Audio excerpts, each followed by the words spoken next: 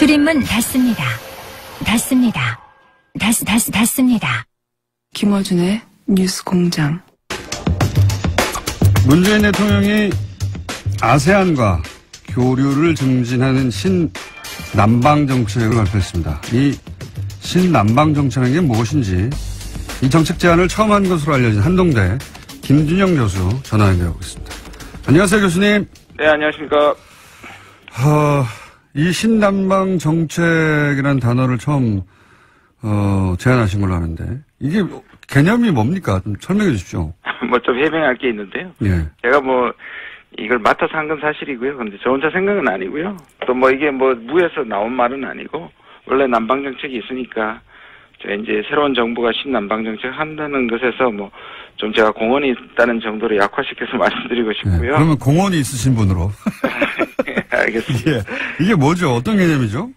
그러니까 이게 지금 원래는 이제 우리가 100대 국정과제를 했는데 그게 98번에 있는 건데요. 98번이요. 예. 예, 동북아 플러스라는 큰 그 엄브렐라 그 우산 컨셉이 있고요. 거기에 우리 지금 송영길 그 의원이 하고 있는 북방 정책, 신북방 정책하고요. 예, 예. 러시아와의 신남방 정책하고요. 예, 예. 그다음에 이제 아시아의 좀 평화 협력을 지원한 이 세 가지가 3축으로 들어 있습니다. 예. 그 중에 이제 북방 정책은 따로 위원회를 만들었고요. 예. 그다음에 신남방 정책은 이제 일단은 번영의 축이라 그래서 남쪽으로 지금은 아세안이 중점이 되지만 더 잘 되면 인도, 또 호주까지 포함하는. 그래서 우리가 지금 계속 북핵 문제, 한중, 미중 일러 이런 쪽에 지나치게 동북아에 묶여 있다는 생각에 이 플러스란 말을 붙여서 생존의 공간으로서 동북아가 중요하지만 우리가 미래의 먹거리를 생각하고 번영을 생각하면 뻗어나가야 된다. 그중에 남쪽으로 뻗어가잖아. 이게 신남방 정책입니다. 네. 예, 뭐 그렇게 말씀하시니까 남쪽으로 뻗어나가자라는 정책이라고 간단하게 말씀하시니까 예. 아, 그렇구나 하고 전화를 끊을 뻔 했습니다. 그런데 이게 핵심은 그러면 경제적 관계를 예. 동남아 국가들과 보다 확대하자. 동남아에서 더 나아가서 남쪽에 있다고 할 수 있는 우리보다 인도, 호주까지 연결하자. 이게 다 경제 정책인 겁니까? 말하자면? 일단은 그쪽이 제일 잘 되고 있으니까 경제를 출발하는 건데요. 네. 그냥 경제만 있는 것은 아닙니다. 그러니까 지금 아세안 이번에 이제 가장 중요시되는 아시안 국가들인데 아세안 국가의 총 물론 10개국 합계이긴 하지만 중국 다음으로 많고요. 작년 교역액이 1,188억 불 정도 되니까요. 이걸 또 그냥 그게 머무는 게 아니라 굉장히 빠른 속도로 늘어나고 있습니다. 그래서 중국 3년 후에 지금 중국 수준까지 2022년까지 2천억까지 하겠다는 거고요. 또 하나는 아까 말씀드린 것처럼 이게 이제 일종의 동북아는 자꾸 진영이 나눠지지 않습니까? 북중러, 한미일. 그러나 그 아세안은 통합의 분위기가 있습니다. 이 아세안이라는 10개국이 통합의 운동이고요. 50주년이 되는 해지요.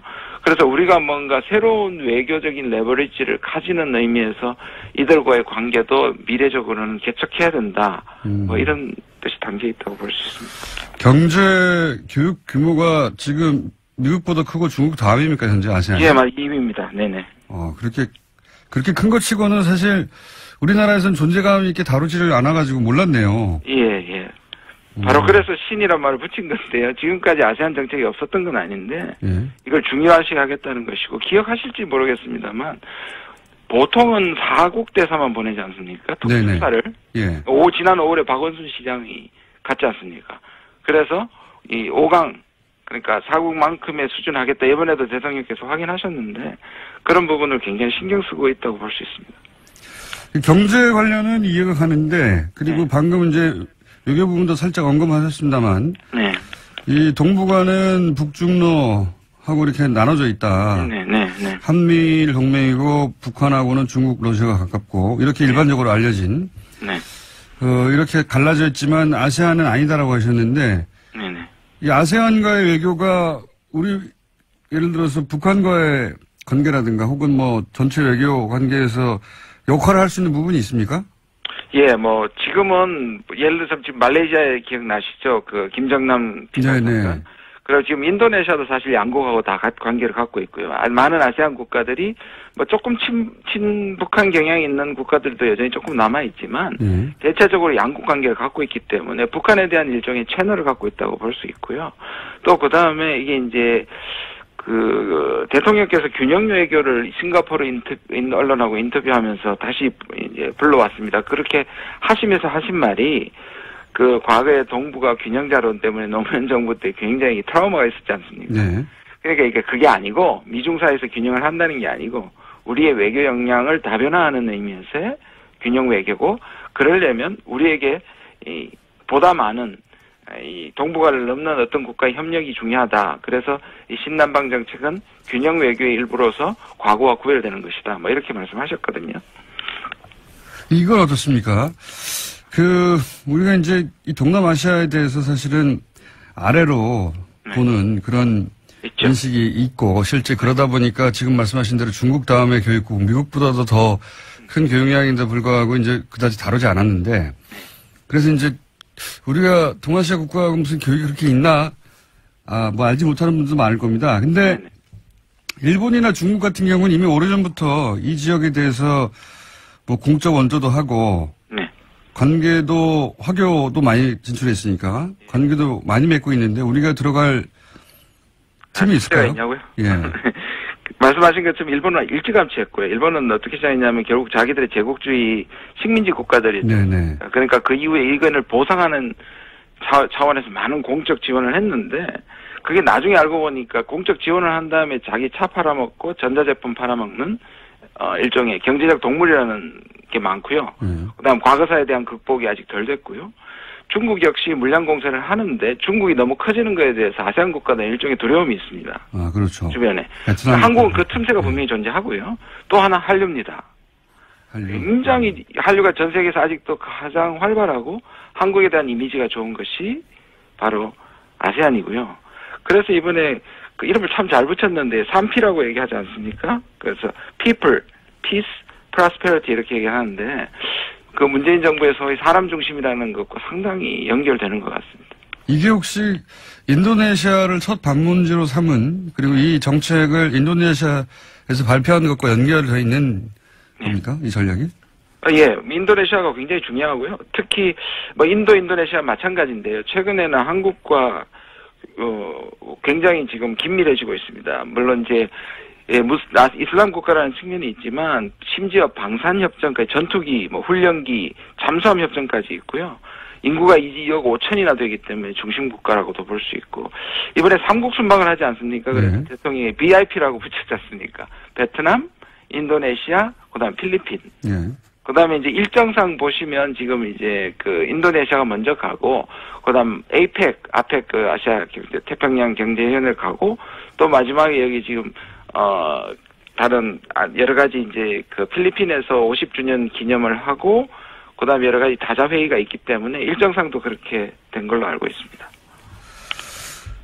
이게 이제 우리가 일방적으로 이런 정책 구상을 가지는 것만으로 실제 아시아 국가들하고 그런 관계를 저절로 맺어지는 건 아닌데 지금 말씀하신 이들 아시안 국가가 우리와 관계를 그 정도 수준으로 맺을 의지가 있거나 반응이 있습니까? 저는 지금 현재로는 나쁘지 않다고 봅니다. 그 말은 아까 말씀드린 것처럼 중국과 일본의 실패를 우리가 반드시 이제 감안을 해야 되고 거기서 늘 제가 지난 7월에 가서 이 구상을 많은 전문가들하고 얘기를 했었는데요. 일단은 굉장히 좋게 생각해요.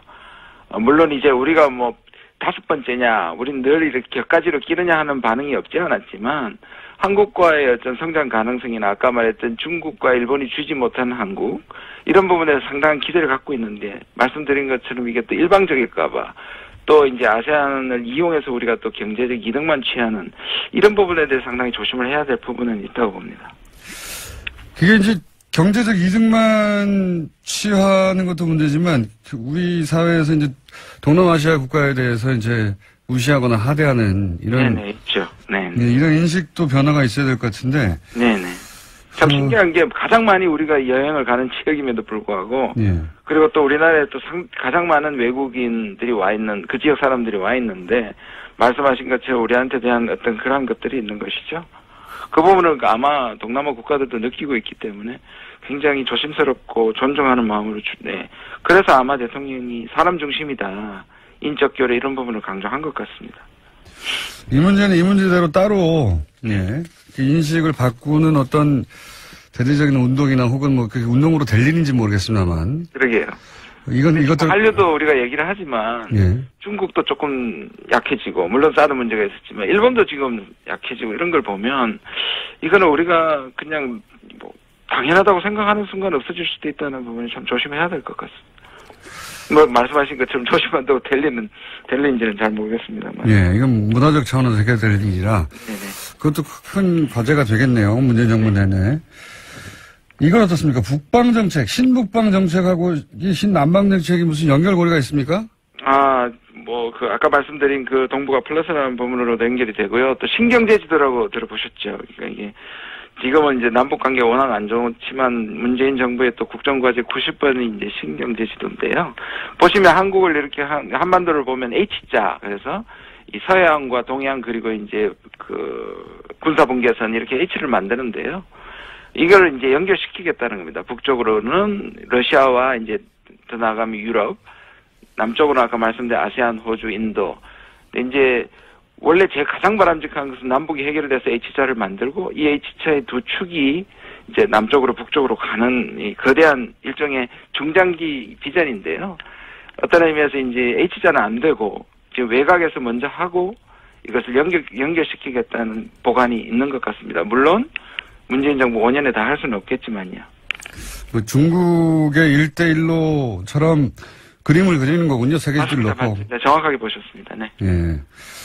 그 그림대로 되면 좋겠는데 예. 꼭 안 된다 하더라도 그림이 없던 시절보다는 낫죠. 네, 맞습니다. 우리 장기적으로 봐야죠. 네. 예. 그 H 구상이다. 예. 네. 알겠습니다. 오늘 개념은 이해했고요. 네. 요 이야기는 무척 재밌는 이야기라 저희가 스튜디오에 모시고 좀 자세히 얘기를 나눠봐야 되겠습니다. 그리고 네. 구체적으로 그러면 그 우리나라가 갖고 있는 오랫동안 가져왔던 동남아에 대한 인식의 문제 이건 어떻게 해결할 것인가? 네. 이것도 얘기를 나눠봐야 되겠는데 교수님 보관이 있으십니까 혹시? 제가 뭐 모든 전문가는 아닌데요. 예. 3년 만에 2배가 돼서 2천억 불이 되게 만든다는 거는 결코 과장된 게 아니거든요. 그리고 지금 거기가 엄청나게 폭발적으로 성장을 하고 있고요.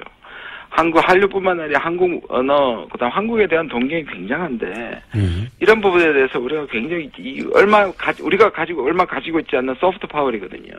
근데 이거에 대한 우리가 그 신경, 그렇다고 해서 이게 정부 주도가 되면 안 되겠지만, 이 부분에 대해서 결국 우리의 먹거리는 동북에 갇히면 우리의 생존의 공간으로는 중요하지만 더 이상 뭔가 또 감옥 같은 느낌이 있지 않습니까? 지금 북핵 문제나 매일 뭐 미중 관계나 이렇게 하니까 우리에게는 탈출구가 될 수 있다는 일단 인식의 전환이 필요한 것 같습니다.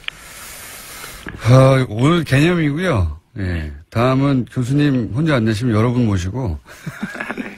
그래서 아세아 국가들과 어떻게 인식 차원에서 근본적으로 바꿔갈 건지 그 얘기도 한번 해볼 테니까. 혼자 안 된다는 느낌을 많이 가졌습니다.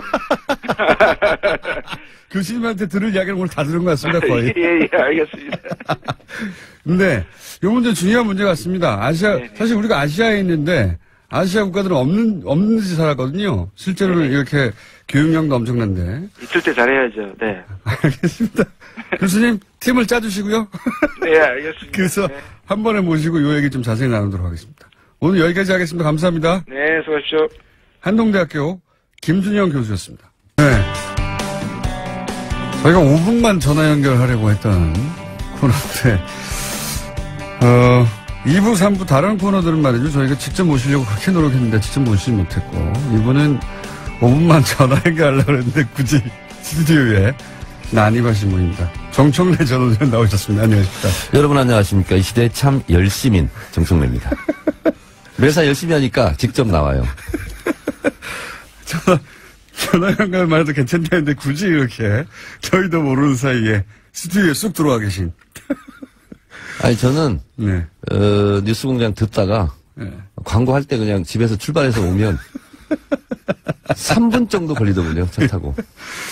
네. TBS 바로 맞은편에 사시는 분이라 저희가 가끔 전화 연결하는 일인데 이렇게 불쑥불쑥 스튜디오에 나타나십니다. 네. 오늘 나타나셨는데 내일이 박정희 전 대통령 탄생 100주년입니다. 네. 네. 아시는 분은 아실 텐데. 그런데 오늘 상암동 이것도 역시 저희 TBS 방송국에서 3분 거리입니다. 그러니까 예. TBS의 대각선 건너편이 제가 다니는 상암동 교회고요. 예. 그 상암동 교회 건너편이 예. 박정희 전 대통령 기념관이 있습니다. 또 그 건너편이 자택입니다. 그러다 보니까 TBS가 그 한가운데 있고요. 근데 이 기념관에서 박정희 전 대통령 동상 기증식이 열리는데 네. 이게 문제가 있다고 갑자기 달려오셨어요. 이거 아무도 다른 언론에서 다루지 않는데 이게 왜 문제가 있습니까? 그 상암동에 박정희 기념 도서관이 있으니까 거기 동상 세울 수도 있는 거잖아요. 원래 이 동상이 작년에 만들어져서 광화문에 예. 세울 예정이었나 봐요. 그러나 그때 이제 이순신 장군 동상 광화문에 있는 네. 그 정도 크기 됩니다 이게. 그죠? 4.2m 예. 높이가 그리고 3톤인데요 무게가 3톤. 세종대왕상을 조각했던 분이 만든 거래요. 근데 작년 촛불 국면에서 광화문에 세우기는 좀 어려웠을 거고 그렇죠. 그러니까 기왕에 제작되어 있으니까 그럼 어디다 세울까 하다가 상암동 박정희 기념관에 세우자 예. 이렇게 된 것 같아요. 그런 것 같은데 이게 왜 문제입니까 근데? 이것을 설치하려면 예. 절차와 과정이 있는데요. 예. 서울시 조례가 좀 바뀌었더라고요. 그래서 이제 좀 며칠 후인 19일부터 예. 공공미술 설치 및 관리 조례에 따라서 신설되는 공공미술위원회 예. 이 위원회에서 심의를 받아야 돼요. 아, 동상을 막 세울 수 있는 게 아니라. 네네. 7명부터 12명까지 이제 구성이 된다는데 아직 구성이 안 됐어요. 조례가 네. 막 지금 개정됐기 때문에. 근데 여기서 심사를 받고 합격을 해야 세우는 건데 그건 뭐 말이 되네요. 이게 뭐냐면 서울시유지거든요. 지금 무상임대로 사용하고 있거든요. 아, 무상임대. 네, 근데 이런 절차 없이 그냥 막 세우려고 그런 움직임이 많았어요. 그래서 실제로 제가 인터넷을 쭉 돌아다 보니까 대한민국 구국포럼이라는 데가 있더라고요. 구국 포럼이요? 네네. 근데 거기서, 뭐라고 돼 있냐면, 이게 지금 제가 그대로 한번 읽어보겠습니다. 박정희 동상 기증식. 오늘 이제 그래서 제막식. 이제 세우는 걸 못하고, 예. 그냥 우리가 이것을 주겠다. 기증식만 한다고 하는 건데. 그러니까, 제막이라고 하면 사실 동상을 세워놓고 막을 이제 걷는. 뭐 천 같은 거 이렇게 해서 예. 걷는 건데. 기증식은 설치는 못하고 기증한다는 행사만 하는 거군요. 네네. 예. 대한민국 구국포럼에서 만든 그 인터넷에 돌아다닌 건데요. 제막식은 박원숭의 방해로 무산되어 기증식만 여기서 하게 됐습니다. 박원순을 말하는 거군요. 네, 그런 것 같습니다. 박원순의 방해로. 아하. 그러니까 방해했다는 것은 조례가 있어서 조례에 따르면 서울시 허가를 그 위원회를 통해서 받아야 되는데 네. 그런 위원회 통해를 받아야 되는 조례가 있는데 이걸 안 받고 막 세우려고 그런 움직임이 있어서 민족문제연구소 방학진 실장 네. 그리고 저희 마포구 서울시 유동균 의원 등등이 네. 나서서 이제 문제 제기를 막 하고 네. 하다 보니까 아마 이것은 좀 절차를 밟겠다 이제 이렇게 나오는 것 같고 무단 설치는 안 된다. 네네. 뭐 조례가 그러하니까요. 네네. 네. 그래서 제가 또 이 시대에 참 조사인이잖아요. 궁금해가지고 여기 있는 데를 알아냈어요. 보관하고 있는 데를. 네. 현지 의원이 아니시니까 시간이 많죠. 그래서 어제 갔다 왔어요. 여기에 네. 보관된 곳에 네. 예, 아무도 안 시켰는데 네. 자체조사 여기 기념관으로 한 7km 정도 떨어져 있어요. 7km. 한 3분이면 갖고 오겠더라고요. 아하. 그러니까 지금 나오신 이유는 이게 이제 무단 설치하면 안 되는데 이거를 무단 설치할 가능성이 있다. 그렇습니다. 한번 설치해버리면 이걸 또 철거한다고 또 문제가 될 대형 것이고. 크레인으로 네. 갖다 한번 얹혀놓으면 네. 이 3톤이나 되는 걸 누가 치우겠어요. 못 치워요. 무게도 그렇지만 아마도 이제 이미 설치된 거를 이제 치운다고. 네. 거기서 이제 시위하시고 그걸 막고 네. 그 과정에서 사건 사고가 일어나고 그렇습니다. 시끄러워지고 하는 일이 있을 수도 있겠죠. 그러니까 이런 거는 찬반으로 갈릴 수가 있잖아요. 철거를 네. 한다 못한다. 이미 설치됐는데 네. 기왕 설치됐으니 그냥 가자고 하는. 그래서 오늘 10시에 이제 몇 시간 후, 이제 바로 이제 우리 방송 끝나고 이제 바로 2시간 반 후네요. 10시에 네. 1시간 반 후네요. 기증식이 있어요. 그래서 걱정이 돼서 동상 기증식을 하는데 예. 그래서 저희가 토요일 일요일 불침번을 쓰면서 저희 민주당 소속 신종갑 구의원을 비롯해가지고 구의원들이 2시간씩 릴레이 1인 시위를 거기서 했어요. 그리고 어제 무단 설치하지 마라. 예, 설치하지 마라. 그리고 어제 저도 3시에 가서 민족문제연구소 우리 또 당원 또 주민들과 함께 이제 입장도 발표하고 그랬는데 그래서 제가 처음으로 기념관 안을 한번 들어가 봤어요. 네. 들어가 봤는데 박정희 전 대통령에 대한 기념도서관. 예. 뭐 어두운 면, 밝은 면 다 있지 않겠습니까? 예. 근데 미화만 하고 있더라고요. 뭐 기념도서관이니까 그 부분을 약간 이해해 줄 만도 한데. 아니 근데 예. 본인이 18년 그 집권하는 기간 동안 예. 잘한 일만 있는 게 아니잖아요. 그건 그렇죠. 그걸 다 보여줘야 아이들에게도 뭐 교육이 되고 반면교사도 될 수 있는데 그렇게 전혀 없고, 그리고 저희가 이게 사실은 상암동, 마포구 상암동에 박정희 기념관 있는 것 자체를 제가 19대 총선 그 출마하면서 반대하고 그랬었는데 이미 이제 이건 김대중 대통령 때 화해 뭐 용서 차원에서 예. 부지를 줬고. 부지를 예. 줬고 이렇게 했는데 상암동과 박정희 기념관은 아무런 관계가 없어요. 그러게 왜 여기 왔을까요? 박정희 시대 때 쓰레기 갖다 버린 일밖에 없어요. 그 연관이라고는 그것밖에 없어요. 거기가 난지도였었는데. 그래서 이제 마포구 구민들이 열심히 그 쓰레기 공원 위에 하늘공원, 뭐 난지공원 이렇게 예. 만들었지 않습니까? 근데 그래서 이제 환경이 많이 개선돼 가고 있는데 환경상도 안 좋은 것 같아요. 그건 이제 박정희 전 대통령을 추모하거나 지지하는 분들 입장에서는 동의가 안 될 텐데. 그리고 이 기념관이 애초에 예. 어린이 도서관과 병행해서 운영한다. 예. 그래서 박정희 대통령 기념 도서관이에요. 도서관이죠. 예. 근데 도서관 기능은 전혀 하지 않고 있어요. 아, 도서관 기능은 없어요? 없어요. 그래서 사람들이 들락날락 하는 사람들이 없어요, 별로. 도서관이 아니에요? 아니에요. 도서관. 뭡니까, 그러면? 그래서 그냥 뭐 박정희 대통령 옛날 사진 있잖아요. 그냥 기념관 같은 역할을 그렇습니다. 네. 그래서 애초에 취지와도 맞지 않아요, 지금.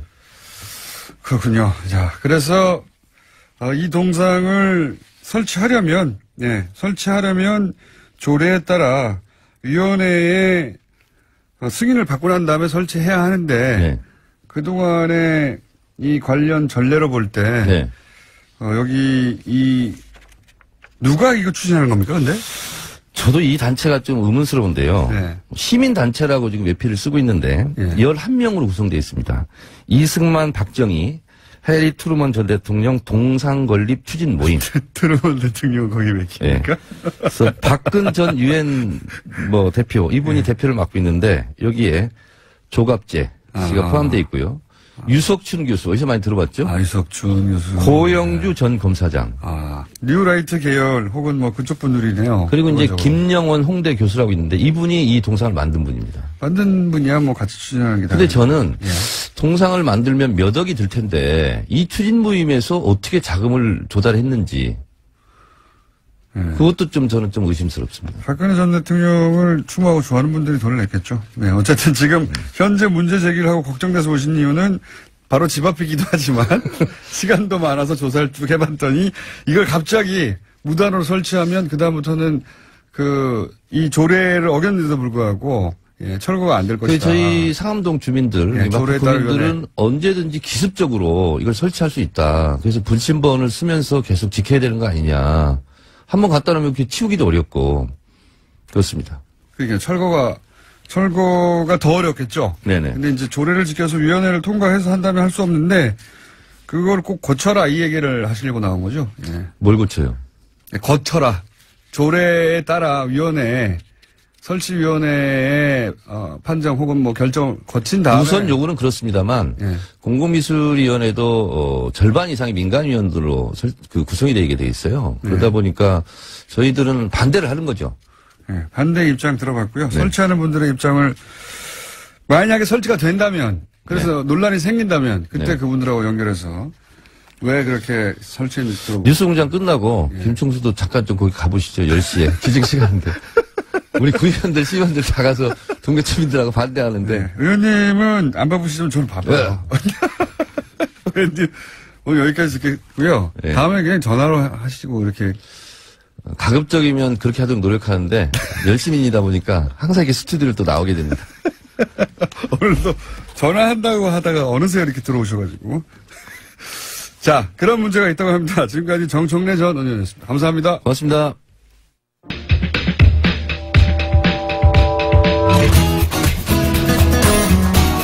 자, 홈페이지 만들어졌습니까?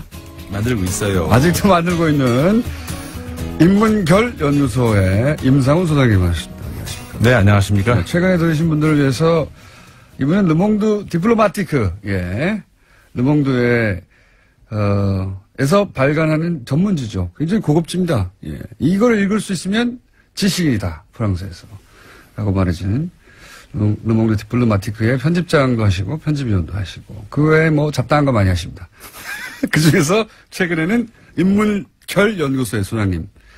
아직 홈페이지가 없습니다. 카페만 있고. 오늘은 뭡니까? 예, 오늘도 두 가지 주제를 준비해 봤는데요. 일단 전 세계적으로도 가장 큰 이슈이기도 했습니다. 지난주에 제가 유럽을 다녀오지 않았습니까? 네. 유럽에서도 트럼프 대통령의 그 아시안 방안을 항상 톱 뉴스로 다루더라고요. 왜냐면 전 세계 어디를 간 뉴스를 만드는 사람이니까. 그렇죠. 예, 그리고 민감한 뉴스를 또 많이 만들어내니까요. 네. 이번에 아시아에 가서 과연 무슨 얘기를 할 것인가. 네. 이게 이제 유럽인들에게서도 굉장히 관심거리가 됐었고. 또 폭탄 터지는 거 아닌가 싶어요. 네. 그리고 이제 북한 뉴스 같은 경우에 유럽 사람들 같은 경우에는 그냥 먼 나라 이야기 정도로 생각을 하다가 이게 대륙간 탄도미사일이 유럽까지 오는 거 아니냐 이런 얘기가 나오면서부터는 관심을 더 가지기 시작하더라고요. 그리고 이제 트럼프 대통령이 그걸 엄청나게 키웠어요. 세계 뉴스로. 그렇죠. 예, 북한이 못하던 바아니었는데. 네. 그렇게 해서 어떻든 트럼프 대통령 입장에서는 우리나라 와서 무기도 이제 계약도 많이 하고 네. 잘 팔기로 하고 뭐 전쟁이 날 것이냐 말 것이냐 뭐 그런 얘기 막 있었습니다만은 전쟁은 안 나죠. 다만 결과적으로 어쨌든 봤을 때 그 북한과 으르렁거리는 사이에 우리나라의 무기는 많이 팔고 갔다. 뭐 그런 정도로. 일본에도 엄청 많이 팔았고요. 일본에도 많이 팔고. 예, 중국에서도 돈 보따리 받아갖고. 그렇죠. 그러니까 네. 트럼프 대통령 입장에서는 뭐 우리나라에서도 요구를 했겠습니다만은 우리나라 와서 좀 발언을 자제하고 조용히 해주는 대가로 챙길 거는 많이 챙겨갔다. 예. 각국에서 본인이 원하는 바 적어도 돈 문제는 많이 챙겨갔다. 그렇죠. 무기 특히. 예. 뭐 우리 트럼프가 많이 달라졌어요. 이렇게 얘기할 수도 있겠지만 그거는 뭐 우리나라 저는 그래서 우리나라 이번에 그 외교팀의 어떤 그 많은 칭찬을 해주고 싶은 것이 저도 그 칭찬 받아야 했나 봅니다. 예, 조율이 아주 잘 된 것 같다. 뭐 줄 거는 뭐 그때 누가 말씀하셨죠? 그 일을 하는데 쓸 돈은 써야죠. 누가 얘기하셨는데 누가 그랬더라? 세상에 공짜는 없는 법이기 때문에. 그래서 그런 비용 투자는 뭐 어쩔 수 없다면은 그만큼 또 우리도 챙길 건 챙겼고 좀 트럼프를 조용히 자제시키는 데도 성공을 했다. 이렇게 얘기를 할 수 있을 것 같고. 그런 보도들이 이제 해외에서도 많이 이제 관심이 많이 집중이 됐었습니다. 트럼프, 일본하고 비교하는 직접 비교도 있고 또 일본의 외교가 가지는 뭐랄까요. 미국 입장에서 미국 이제 언론인들의 보기에 우스운 점? 네. 희한한 점? 네. 이런 보도가 꽤 많이 있었어요. 그렇죠. 네. 그리고 유럽에서도 영국 언론들이 이제 그런 보도들이 많이 나왔었는데 영국의 언론에서 그러니까 일본 특유의 문화, 그 다음에 특히 미국을 상대로 하는 그 일본 특유의 그 문화, 그러니까 현대사회. 그리고 또 특히 아베. 네. 아베가 유독 심했다는 얘기가 그렇죠. 많아요. 예. 그래서 전통적으로 이번만이 아니고 전통적으로 미국 대통령이 일본에 갔을 때는 극진한 대접을 해왔다는 점을 가디언에서도 이번에 지적을 했더라고요. 그 미국 언론도 우리나라 보도 많이 됐었습니다. 워싱턴 포스트지에서. 노예. 그렇죠. 거의 뭐 굴욕적인 어떤 그 아베 총리 입장에서는 보도가 나왔었는데 그런 극진한 대접을 했는데 돌아온 것은 무엇인가라는 걸 이제 우리가 가성비라 그러나 요즘에 그런 걸 따졌을 때는 그렇게 뭐 일본에서 그 성공적이었다라고는 볼 수 없을 것 같다. 부정적인 평가가 많은데 일본 언론도 이제 그 정권 비판, 특히 이런 대미 관계의 정권 비판을 굉장히 조심하고 안 하는 나라라서. 네. 네. 그럼 정권 교체가 거의 없는 나라니까요. 그렇죠. 그러다 보니까 그러면 아주 센 비판은 없는데 그런 비판이 있긴 있어요. 예. 남긴 게 뭐냐, 돈만 많이 썼다. 그렇죠. 그런 분위기가 분명히 있습니다. 일본에서. 그렇게 해서 이제 동북아시아를 거쳐서 이제 동남아시아로 이제 또 무대를 이동하지 않았습니까? 그래가지고 이제 우리 문재인 대통령도 동남아시아 순방을 하고 있습니다만은 베트남, 처음에 인도네시아, 그다음에 베트남, 그다음 필리핀 이렇게 거치면서 국제회의 용어들이 많이 등장을 했어요. 뭐 아펙도 나오고, 네, 아세안도 나오고, 뭐 EAS도 나오고 이제 이게 이제 헷갈릴 수가 있는데 그래서 간단하게 이제 하자면 아페크 혹은 에이펙 같은 경우에는 그 아세안, 그러니까 아세안 먼저 얘기해요. 아세안 같은 경우가 이제 동남아시아 국가들끼리의 어떤 그 10개국인가요? 연합체제죠. 예.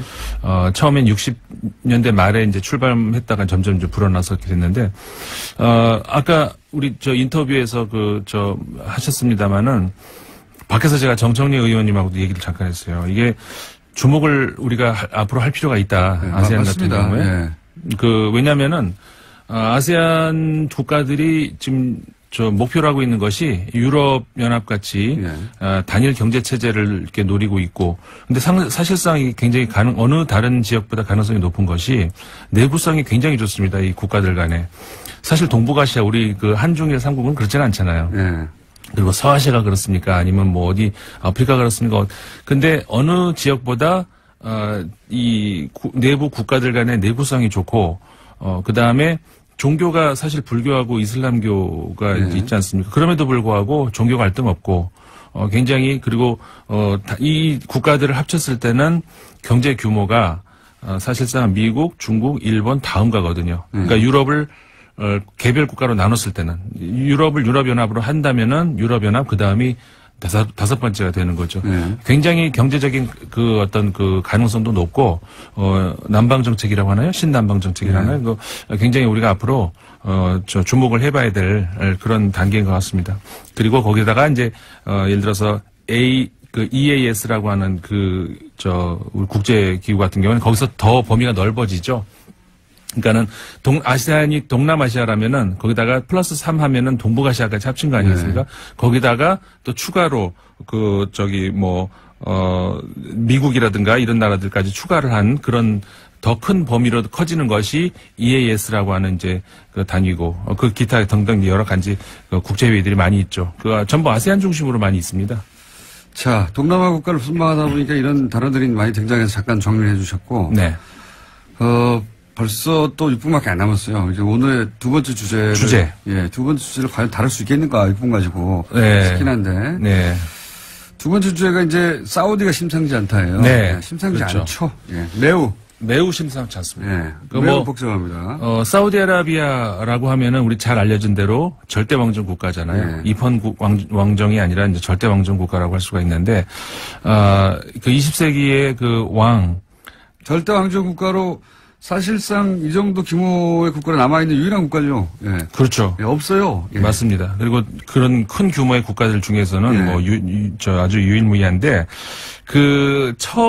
현 사우디아라비아 왕국의 첫 이제 국가 원수, 그러니까 국왕이죠. 이름이 좀 깁니다. 압둘 아지즈 빈 압둘 라흐만 알 사우드. 네. 아랍 국가들 보면 이름이 길잖아요. 예. 이 좀 해석을 하면은 일단 우리가 빈 뭐뭐뭐 이렇게 많지 않습니까? 빈 뭐뭐뭐 하면은 그 무슨 뜻이냐면은 뭐뭐뭐의 아들 이런 뜻입니다. 그러니까 빈 압둘라흐만 하면 압둘라흐만의 아들인 압둘 아지즈, 그다음에 알 사우드, 그러니까 알 사우드 가문의 압둘 라흐만의 아들인 압둘 아지즈 이렇게 되는데, 그 아들들이 이제 쭉 왕자가 쭉 있지 않겠습니까? 그 왕자들이 대를 이어가면서 왕위를 계속했죠. 사우드 왕, 파이달, 칼리드, 파드 이렇게 왕 이름들이 쭉 있는데, 주목할 만한 점은 지금 현 왕이 이제 살만 왕인데, 왕세자를 부를 땐 빈 살만이라고 한다는 거죠. 그러니까는 무슨 얘기냐면은 지금까지 그 2대부터 7대까지 왕은 빈 뭐뭐가 안 붙었어요. 왜냐하면 어차피 다 빈 압둘 라지즈니까, 한 왕의 아들이니까. 그게 이제 형제들이니까.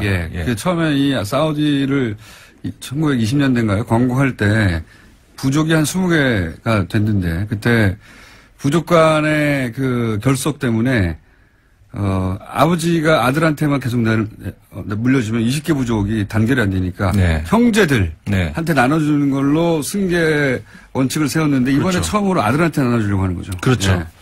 그래서 이제 이름이 그렇게 불리는 것이 그 이유가 있습니다. 근데 올 6월에 한번 왕세자가 바뀌었었죠. 그러니까는 현 그 살만 왕의 조카, 그러니까 친형의 아들이 세자가 됐었는데, 기습적으로 세자를 바꿨어요. 친아들로. 트럼프 대통령이 사우디를 트럼프 대통령 취임 이후 첫 번째로 가는 나라가 사우디였어요. 네. 그리고 나서 많은 일들이 벌어지죠. 그때 둘 간에 그 왕가와 트럼프 간에 큰 딜이 있었다. 굉장히 예리하시네요. 국제 문제 워낙에 잘 아시니까. 맞습니다. 그러니까는 그 전 왕세자 같은 경우가 오바마 대통령하고 가까웠어요. 그런데 현 왕세자 같은 경우에는 트럼프 대통령하고 가까운. 그때 인증을 받았어요. 네. 내가 이렇게 해도 되겠어? 그럼 지금 되돌아보면 그때 인증을 받았고. 그러고 나서 바로 카타르 단교가 일어나죠. 그렇죠. 예. 그렇게 되면서 이 지금 그 대규모 숙청이 이루어지고 있거든요. 예. 사우디에서. 근데 항상 이제 이런 큰 정치적인 어떤 그 음모 앞에는 선명한 어떤 도덕적인 어떤 뭐라고 할까요? 명분이 자리 잡고 있지 않습니까? 어디나. 그러니까 부정부패, 이거는. 그렇죠. 부정부패. 이건 좋은 거죠. 맞는 말이고 그 엄청난 절대 왕정 국가 입헌제가 아니기 때문에 얼마나 많은 부패가 있겠습니까? 그러니까는 거기서 이제 빠져나간 돈만 다 모아도 뭐 얼마나 큰 규모가 되는데 네. 그 명분이 이제 자리 잡고 있는데 그거 뭐 거기에 대해서 뭐라고 할 수가 없죠. 근데 아까 말씀하셨던 것처럼 거기서 이제 카타르와의 단교 사건, 그러니까 사우디아라비아뿐만 아니라 주변의 많은 국가들이 카타르와 단교를 하죠. 그 다음에 이상한 여러 가지 일들이 있어요. 뭐냐면은 그 레바논 총리가 사우디에 왔다가 갑자기 그러니까 저 프랑스 장관과 식사를 하다가 중간에 전화를 받고 갑자기 나가서 사퇴를 하죠. 사퇴를 발표를 합니다. 예. 그러니까 레바논 총리가 사우디에 와서 사퇴를 발표하고 네. 레바논으로 안 돌아가질 않고. 네. 그럼 지금 어디 있는 거냐? 모릅니다. 레바논 입장에서는 일단은 사태를 파악하기 우리나라 총리 어디 갔어? 들어와라. 네. 들어오면 뭐 우리가 저 추이를 보고서 사퇴를 받든가 말든가 할 테니까 들어와라. 근데 안 들어오고 있어요. 그리고 미사일 한 방이 사우디아라비아로 상공을 날아가는 거를 격출시키는 일이 있고 이게 도대체 다 뭐냐? 이 뒤를 이렇게 우리가 들여다보면은 역시 사우디와 이란 간의 그러니까 시아파와 시아파 그렇죠. 순위파 간의 그 갈등이 카타르 문제, 레바논 문제, 그다음에 그 예멘의 그 반군 문제 모든 문제에 다 이게 들어가 있다는 거죠. 그렇죠. 이란이 이제 지지하는 시아파들하고 예멘도 대리전쟁하는 거잖아요. 그렇죠. 지금. 그러니까 시아파, 순위파가 그 안에 또 갈라져 있는데 시아파는 이란이 밀고 순위파는 사우디가 밀고. 그렇죠. 네, 카타르는 이란 쪽에 가까우니까 사우디가 단교를 해버리고. 그렇죠. 그 단교하고 나서 트럼프가 단교를 지지한다고 트위터 썼거든요. 그러니까 그 뒤에는 또 그 이란 뒤에는 러시아가, 사우디 뒤에는 미국이 있는 거죠. 그렇죠. 네. 그러니까 이란과 사우디가 순위하고 시아 뒤에 있다면 이들 뒤에는 또 미국과 러시아가 있는 그렇죠. 거죠. 예. 그리고 주변 국가들 같은 경우에서도 반군과 정부군 간의 갈등이 있을 때 이게 똑같지가 않아요. 예를 들어서 시리아 같은 경우는 그 정부군은 이란이 지지하고 반군을 사우디가 지지하는데 그다음에 예멘 같은 경우는 거꾸로 정부군은 사우디가 지지하고 있고 반군 후티 반군을 이란이 지지하고 있고. 굉장히 복잡한. 근데 이 복잡한 그러니까 IS 이후에 중동의 공백을 누가 차지하는 걸로 그렇죠. 부딪히고 있고 그렇죠. 거기에 트럼프하고 사우디가 딱 붙었다. 맞습니다. 그래서 IS 이후로 과연 이게 중동이 어디로 갈 것인가? 네, 이거를 우리가 주목을 해봐야 된다. 트럼프가 전폭적으로 사우디를 지원하면서 전쟁이 날 수도 있다. 네, 중동이 사실 굉장히 위험한 지역이기도 합니다. 지금. 임상원 의원이었습니다. 감사합니다. 네, 감사합니다. 안녕.